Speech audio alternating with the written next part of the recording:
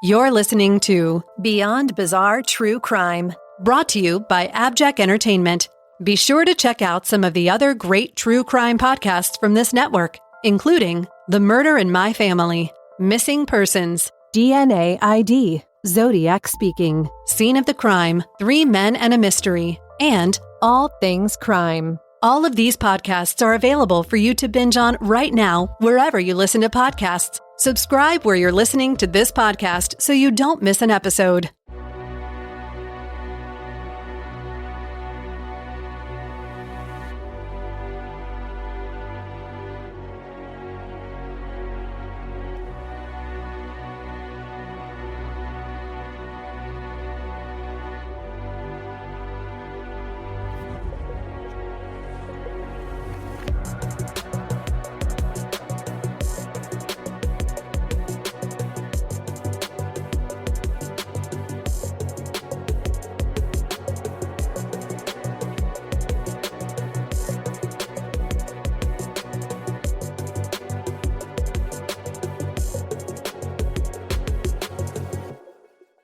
Welcome to Beyond Bizarre True Crime. We are your hosts for this episode, and if you recognize my voice, then you know it's your friends Nick and the Captain from the True Crime Garage podcast. It's good to be seen, and it's good to see you. In this episode, we will be talking about a case that is beyond bizarre. Today, we will take a look at the still unsolved homicide case of Chelsea Small.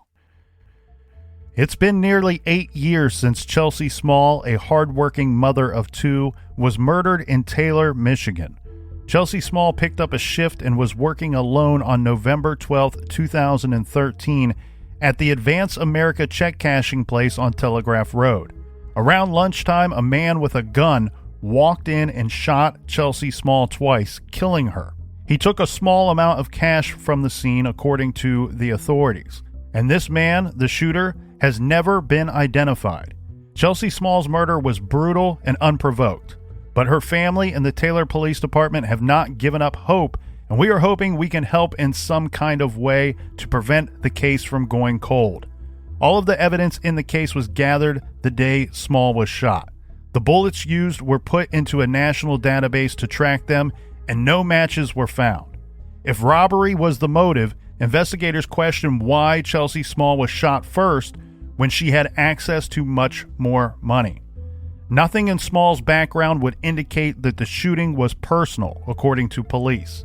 According to Detective Stellini, Taylor PD, the ex-boyfriend, was looked at, and people close to the victim were looked at as well. According to at least one news article, it was determined that the ex was not involved in her killing. There's a hefty reward in this case, $52,500. $50,000 comes by way of Advanced America Company, and $2,500 comes from the Michigan Crime Stoppers.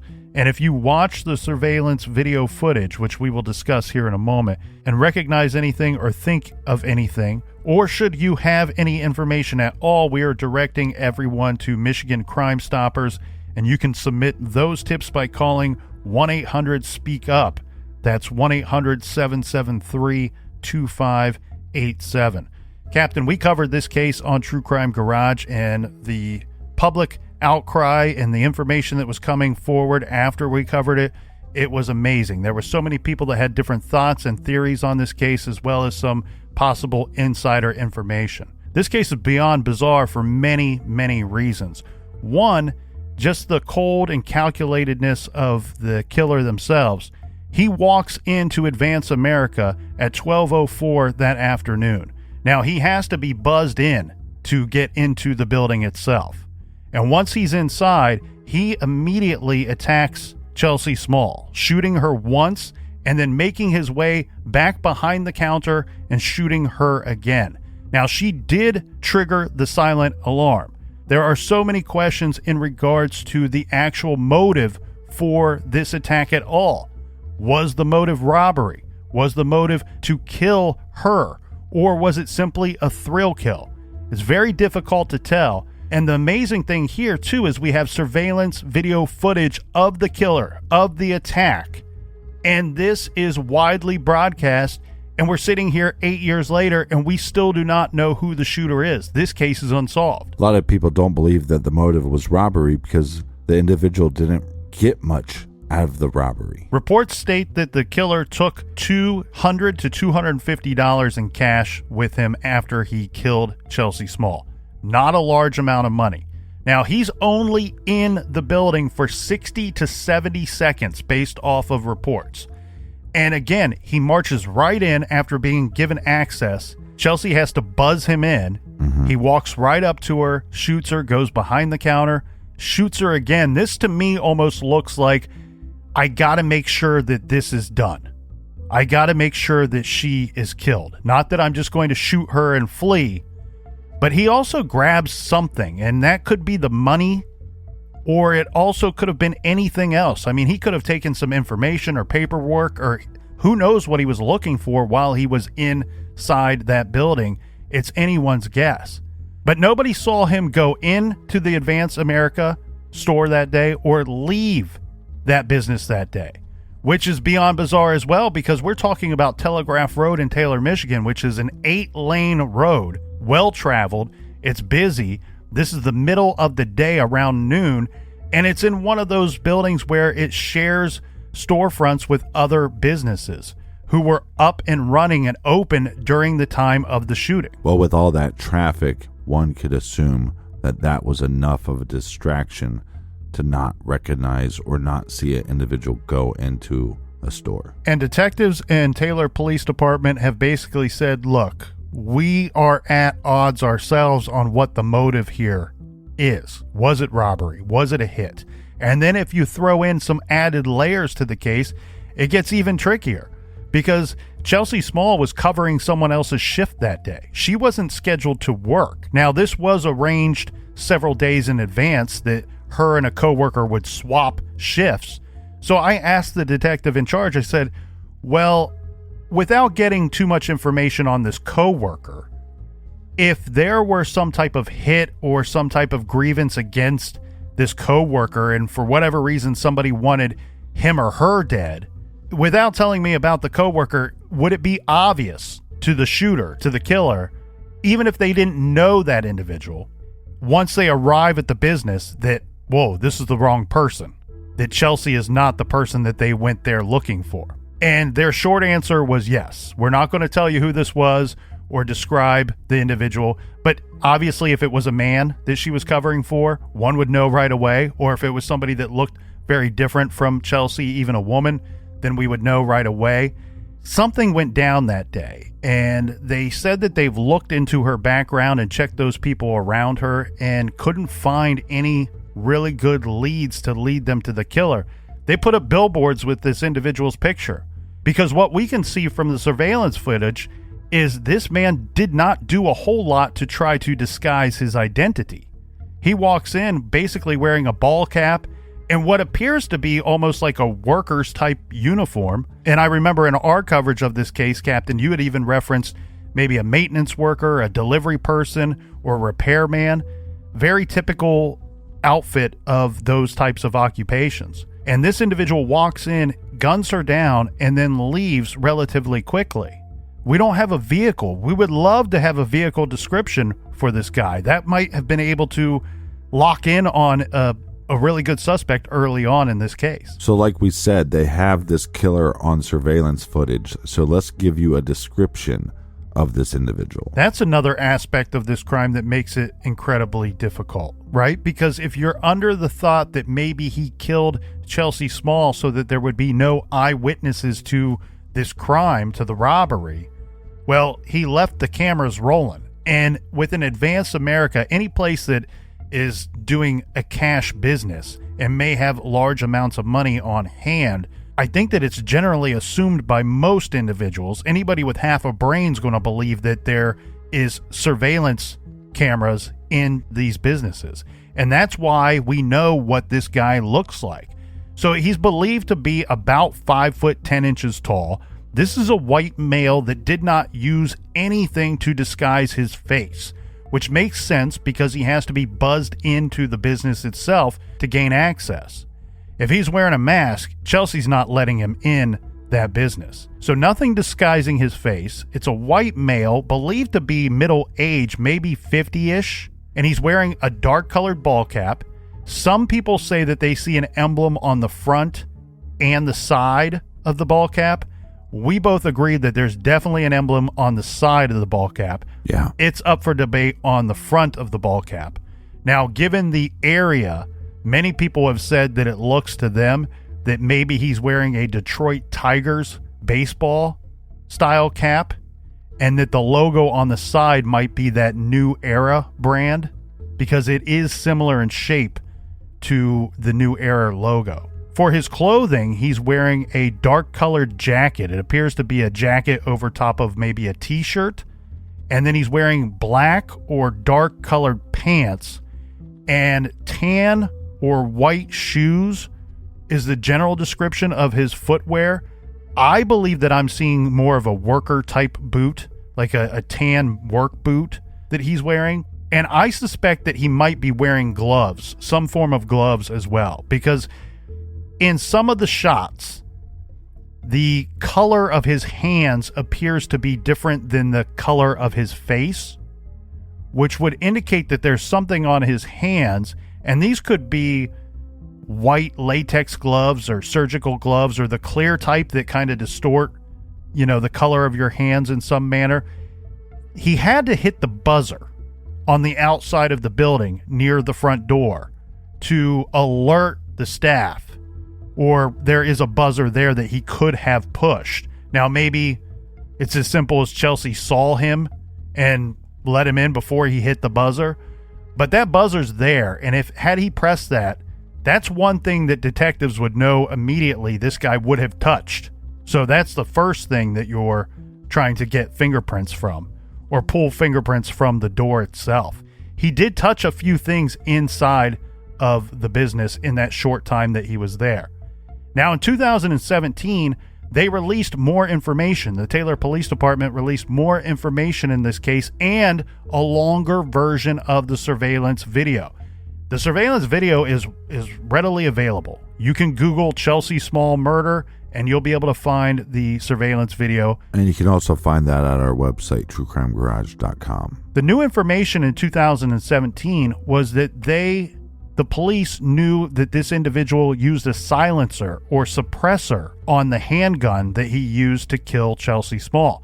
Now, this is incredibly unique and rare. The Taylor, Michigan Police Department told True Crime Garage that we only have 2 or 3, maybe 4 homicides a year anyway. So homicides are rare in this town, in this city. But then to top it off with, this individual used a silencer or suppressor on their handgun. They said they could find no case in the history of their city that they know 100% a silencer was used in the commission of a crime. And this is where it becomes even more bizarre. They reached out to surrounding counties and cities and asked, do you have any cases where there was a silencer used? And again, the answer is no. They couldn't think of any case where a silencer was used. So this guy, not only is he cold and calculated, and mind you, while he's in this business, he's walking. Yeah. And he looks very calm, and he looks to know exactly what it is that he's doing and what he wants to do. He's determined to do whatever it is he sought out to do. He does not run at any time during the commission of this crime. He doesn't seem to panic at any time or be nervous at all. The detectives all agree that this guy looks to be extremely calm and extremely comfortable with the firearm that he's using. And we say that because at some point, the gun he was using, he fired the 2 shots, both hit and killed Chelsea Small.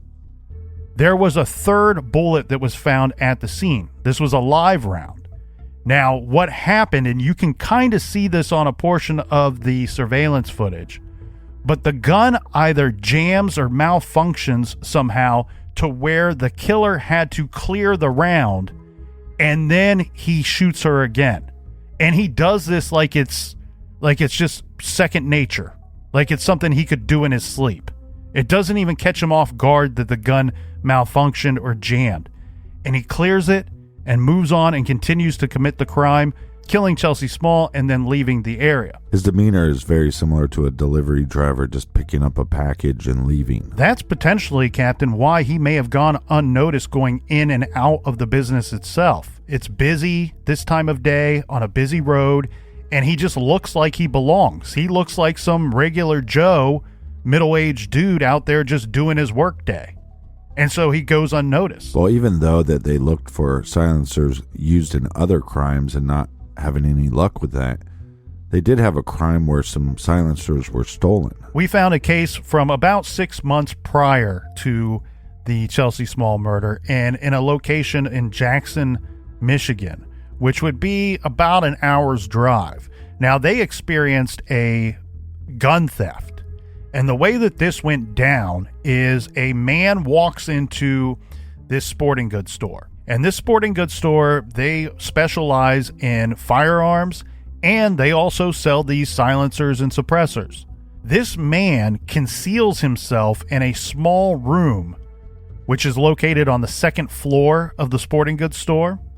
And then after they close the store and set the store alarm, he then emerges from this place, this hiding spot that he had.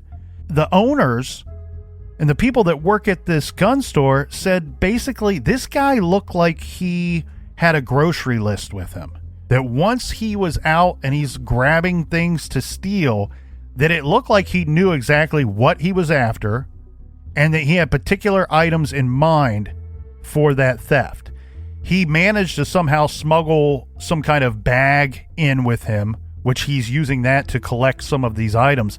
He ends up stealing 2 firearms, and I believe it was 11 to 13 of these silencers. Now, this doesn't mean 100% that these 2 crimes are connected, but these are 2 very unique crimes because we're talking about suppressors and silencers, close proximity to each other both in time and distance, that it would be remiss to not think or pursue this as a possible theory that the gun theft perpetrator and the Chelsea Small killer are either one and the same or are connected in some manner.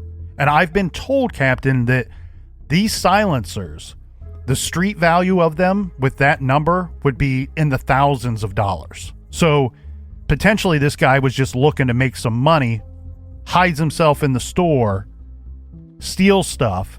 He has to break out of the store before leaving, and then he would have thousands of dollars worth of merchandise to sell on the black market. Well, and you can only carry so much with you. I'm assuming these silencers are smaller and way less than the typical gun. Some of these silencers, from my understanding, were dropped outside of the sporting goods store, that when he was fleeing, he had to break through a window to get out of the store.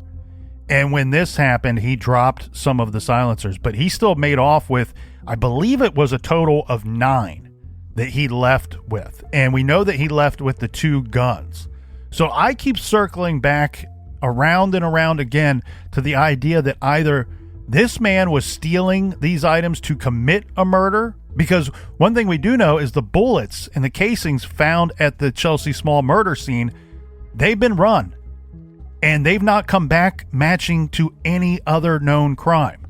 So either this individual stole these items to commit a murder in the future, or stole these items to sell them to someone who maybe they were the perpetrator of the Chelsea Small killing. So what was the motive? Was it robbery?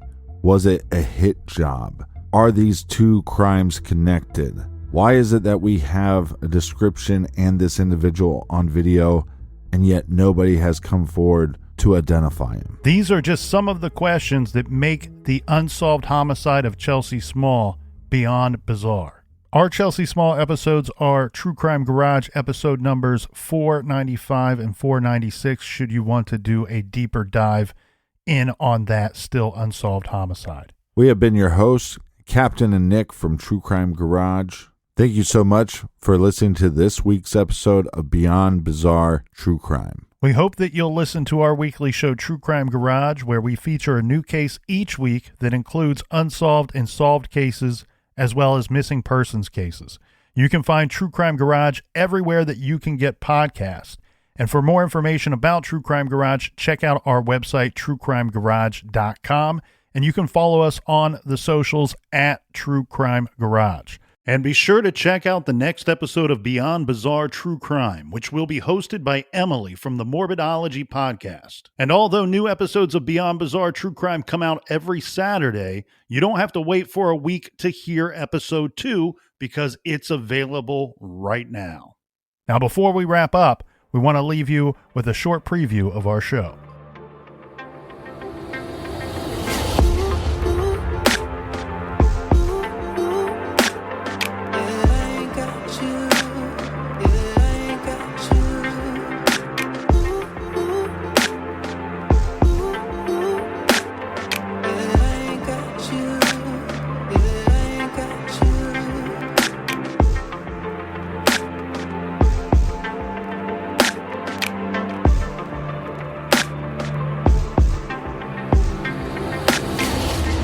This week's true crime story involves one of the more terrifying murder scenes that we have covered. The female victim makes a distress call from a remote, isolated, wooded area where she is alone. Her husband is on the other end. When the call is abruptly cut off, the husband knows something terrible has happened. He rushes to find her, but it is too late. By the time he gets to her, she is in her death throes. And the scene was bloody and chaotic. Someone had it in for this woman. This was not a random crime, but who knew where she would be that day in the Wisconsin woods? And who would target this middle-aged wife and mother? She was an upstanding public servant with no known enemies. This is True Crime Garage. And this is the case of Kathy Namath.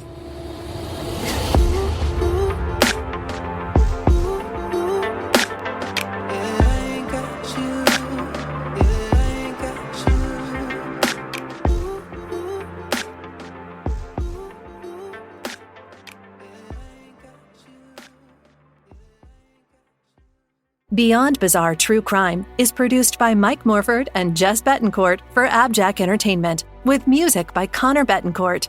If you enjoy this podcast, make sure to subscribe wherever you are listening now, and please take a moment to rate and review the show. You can find Beyond Bizarre True Crime on social media. We're on Twitter and Instagram with the handle @BeyondBizarreTC. You can also find us on Facebook by searching for Beyond Bizarre True Crime Podcast. The views and opinions of the hosts and guests on Beyond Bizarre True Crime do not necessarily represent those of the show's creators, producers, or sponsors. Be sure to tune in on Saturdays for all new episodes of Beyond Bizarre True Crime.